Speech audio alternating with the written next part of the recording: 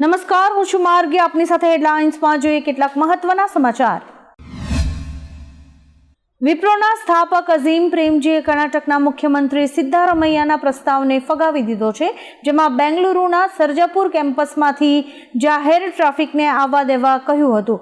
પ્રેમજીએ સ્પષ્ટ કર્યું કે કેમ્પસ ખાનગી મિલકત અને સ્પેશિયલ ઇકોનોમિક ઝોન હેઠળ આવતા હોવાથી આ શક્ય નથી. જોકે વિપ્રોએ રાજ્ય સરકારને ખાતરી આપી છે કે તે બેંગલુરુના ટ્રાફિક સંકટના કાયમી ઉકેલ માટે સહયોગ આપશે. હવામાન વિભાગે આગામી 7 દિવસ ખાસ કરીને દક્ષિણ ગુજરાતમાં 24 કલાક બાદ ગાજવીજ સાથે ભારે વરસાદની આગાહી કરી છે. રાજ્યમાં અત્યારે 2 વરસાદી સિસ્ટમ સક્રિય છે. એક કચ્છ અને તેની આસપાસ અપર એર સાયક્લોનિક સર્ક્યુલેશન રૂપે, જ્યારે કે બીજી બંગાળની ખાડીમાં લો પ્રેશર એરિયા રૂપે.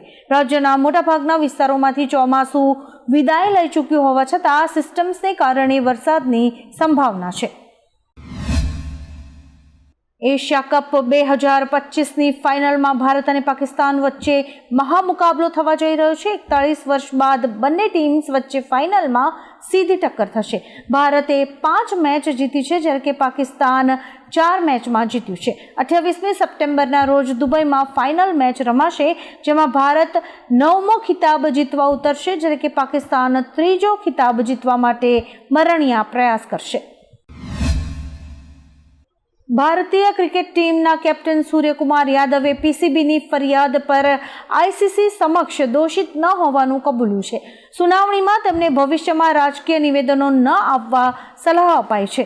બીજી તરફ સાહિબઝાદા ફરહાન અને હરીશ રોફ પણ આઈસીસી સમક્ષ હાજર રહેશે. પીસીબીએ સૂર્યકુમારના નિવેદનને રાજકીય અને સંવેદનશીલ ગણાવ્યું હતું, જે 14 સપ્ટેમ્બરની મેચ પછી આવ્યો હતો. આઈસીસી આજે પોતાનો અંતિમ નિર્ણય જાહેર કરશે.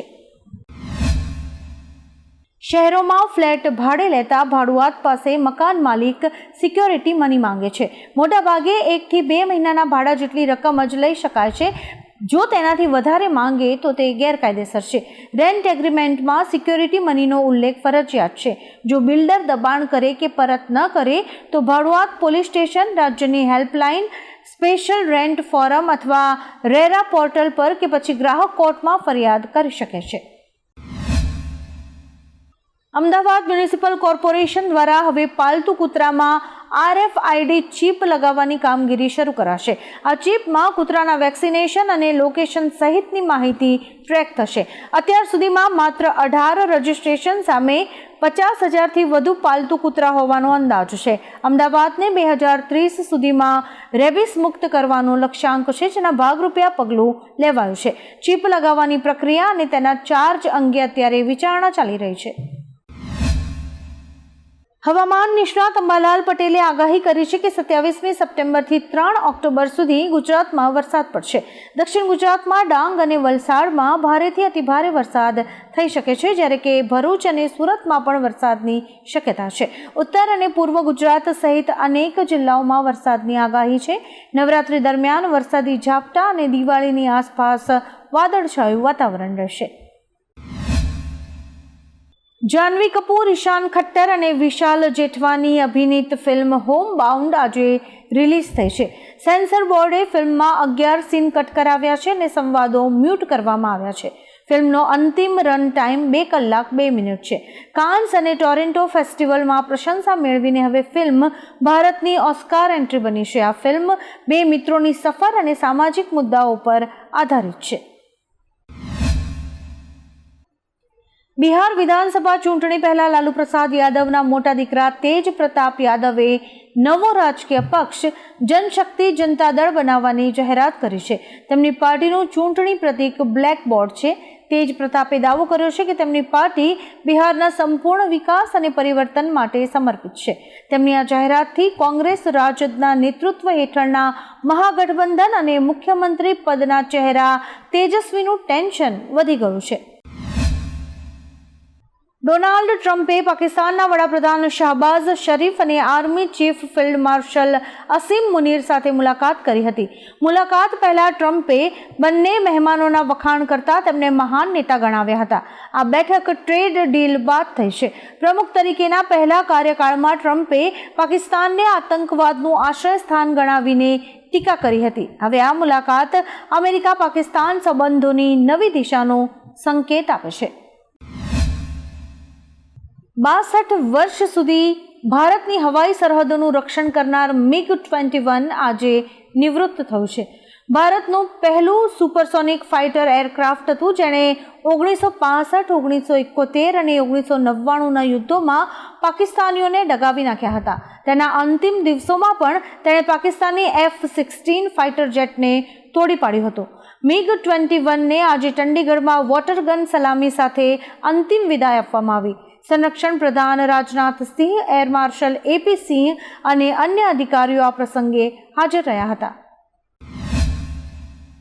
નવરાત્રી મહોત્સવ દરમિયાન અમદાવાદમાં આઈ લવ મોહમ્મદના પોસ્ટર લાગતા ચકચાર મચી ગઈ છે. શહેરના વેજલપુર, જુહાપુરા અને પૂર્વ વિસ્તારમાં આવા પોસ્ટર જોવા મળ્યા છે.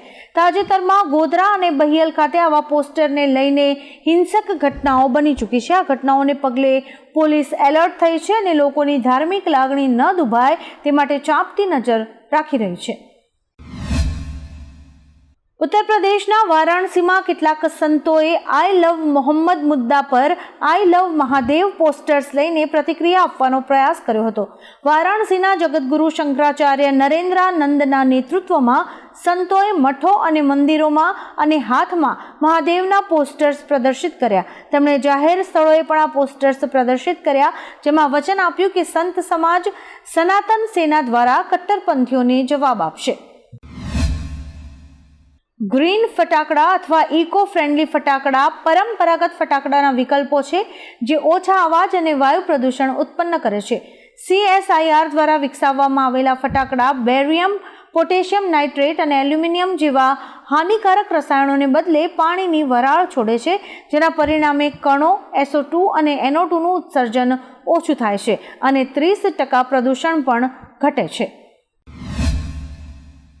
દિલ્હી NCRમાં દિવાળી માટે ગ્રીન ફટાકડાનું ઉત્પાદન કરવાની પરવાનગી આપવામાં આવી છે. સુપ્રીમ કોર્ટ દ્વારા 26મી સપ્ટેમ્બરના રોજ સુનાવણીમાં સંકેત અપાયો છે. અગાઉ ફટાકડાઓ પર પ્રતિબંધ હતો, પરંતુ હવે શરતી પરવાનગી આપવામાં આવી છે. કોર્ટે નોંધ્યું કે બિહારમાં ખાણકામ પર પ્રતિબંધ છતાં ગેરકાયદેસર ખાણકામ વધી ગયું હતું, તેથી હવે સંતુલિત નીતિ જરૂરી છે. આગામી સુનાવણી 8મી ઓક્ટોબરના રોજ થશે, પરંતુ લગભગ ગ્રીન ફટાકડાઓનું ઉત્પાદનને પરવાનગી મળશે. GST 2.0 લાગુ થતાં રેનો ટ્રાઇબરની કિંમત ઘણી ઘટી છે. આ 7-સીટર MPV ₹5.76 લાખથી શરૂ થાય છે. સૌથી વધુ ઘટાડો ટોપ વેરિયન્ટ ઇમોશન AMT ડ્યુએલ ટોનમાં થયો છે. ટ્રાઇબર જુલાઈ 2025ના ફેસ લિફ્ટ બાદ વધુ પ્રીમિયમ બની છે, જેમાં નવા design, 8 inch touch screen, 6 airbag અને ટ્રાફિક સાઇન રેકગ્નિશનની સુવિધાઓ છે. 1 લિટર પેટ્રોલ એન્જિન સાથે ટ્રાઇબર હવે વધુ વેલ્યુ ફોર મની કાર બની ગઈ છે.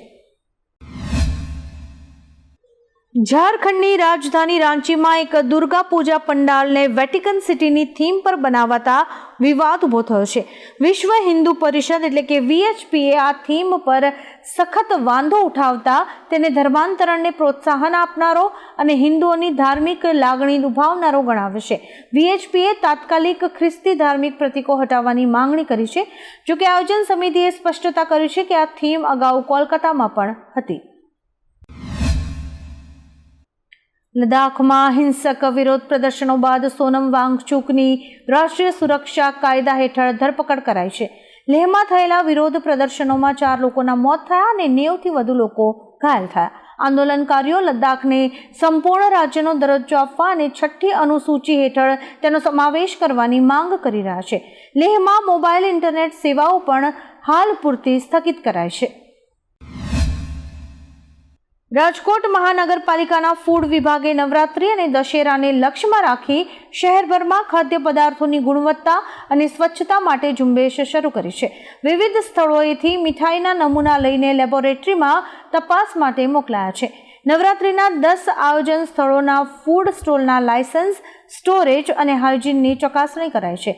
આ ડ્રાઈવનો હેતુ ગરબા રસિકોને સ્વસ્થ, સ્વચ્છ અને ગુણવત્તાયુક્ત ખાદ્ય પદાર્થો પૂરા પાડવાનો હતો. ભારતીય વાયુસેનાએ ભારતના પ્રથમ સુપરસોનિક ફાઇટર એરક્રાફ્ટ MiG-21ને નિવૃત્ત કરી દીધું છે. આ એરક્રાફ્ટ ધીમે ધીમે સ્વદેશી તેજસ ફાઇટર જેટ દ્વારા બદલવામાં આવી રહ્યા છે, જે હાલમાં અનેક સ્ક્વોડ્રનમાં સેવામાં છે. HAL આવતા મહિને અદ્યતન સંસ્કરણ તેજસ MK-1A લોન્ચ કરશે. તેમાંથી હવાથી હવા અને હવાથી જમીન પર પ્રહાર કરવાની ક્ષમતા સહિત બહુ મિશન ક્ષમતાઓ છે. સેના આત્મનિર્ભરતાના લક્ષ્ય સાથે હવે આગળ વધી રહી છે. ભાજપ દ્વારા આત્મનિર્ભર ભારત સંકલ્પ અભિયાનનો પ્રારંભ કરવામાં આવ્યો છે. આ મામલે CR પાટીલે કહ્યું છે કે દેશના લોકોનો પસીનો હોય તે વસ્તુ સ્વદેશી છે. દેશવાસીઓને સ્વદેશી અભ્યાસ સાથે જોડીને, એના આંદોલન સાથે જોડીને આ આંદોલનને જન આંદોલન બનાવવાનો પ્રયાસ કરાઈ રહ્યો છે. જનને જોડીને સ્વદેશી અભિયાન અને જન આંદોલન બનાવવાનું કામ પણ આમાં ચાલી રહ્યું છે. આવા જ કેટલાક રસપ્રદ સમાચારો નિહાળવા માટે અમારી YouTube ચેનલને લાઇક, શેર અને સબસ્ક્રાઇબ કરો અને જોતા રહો હેડલાઇન્સ.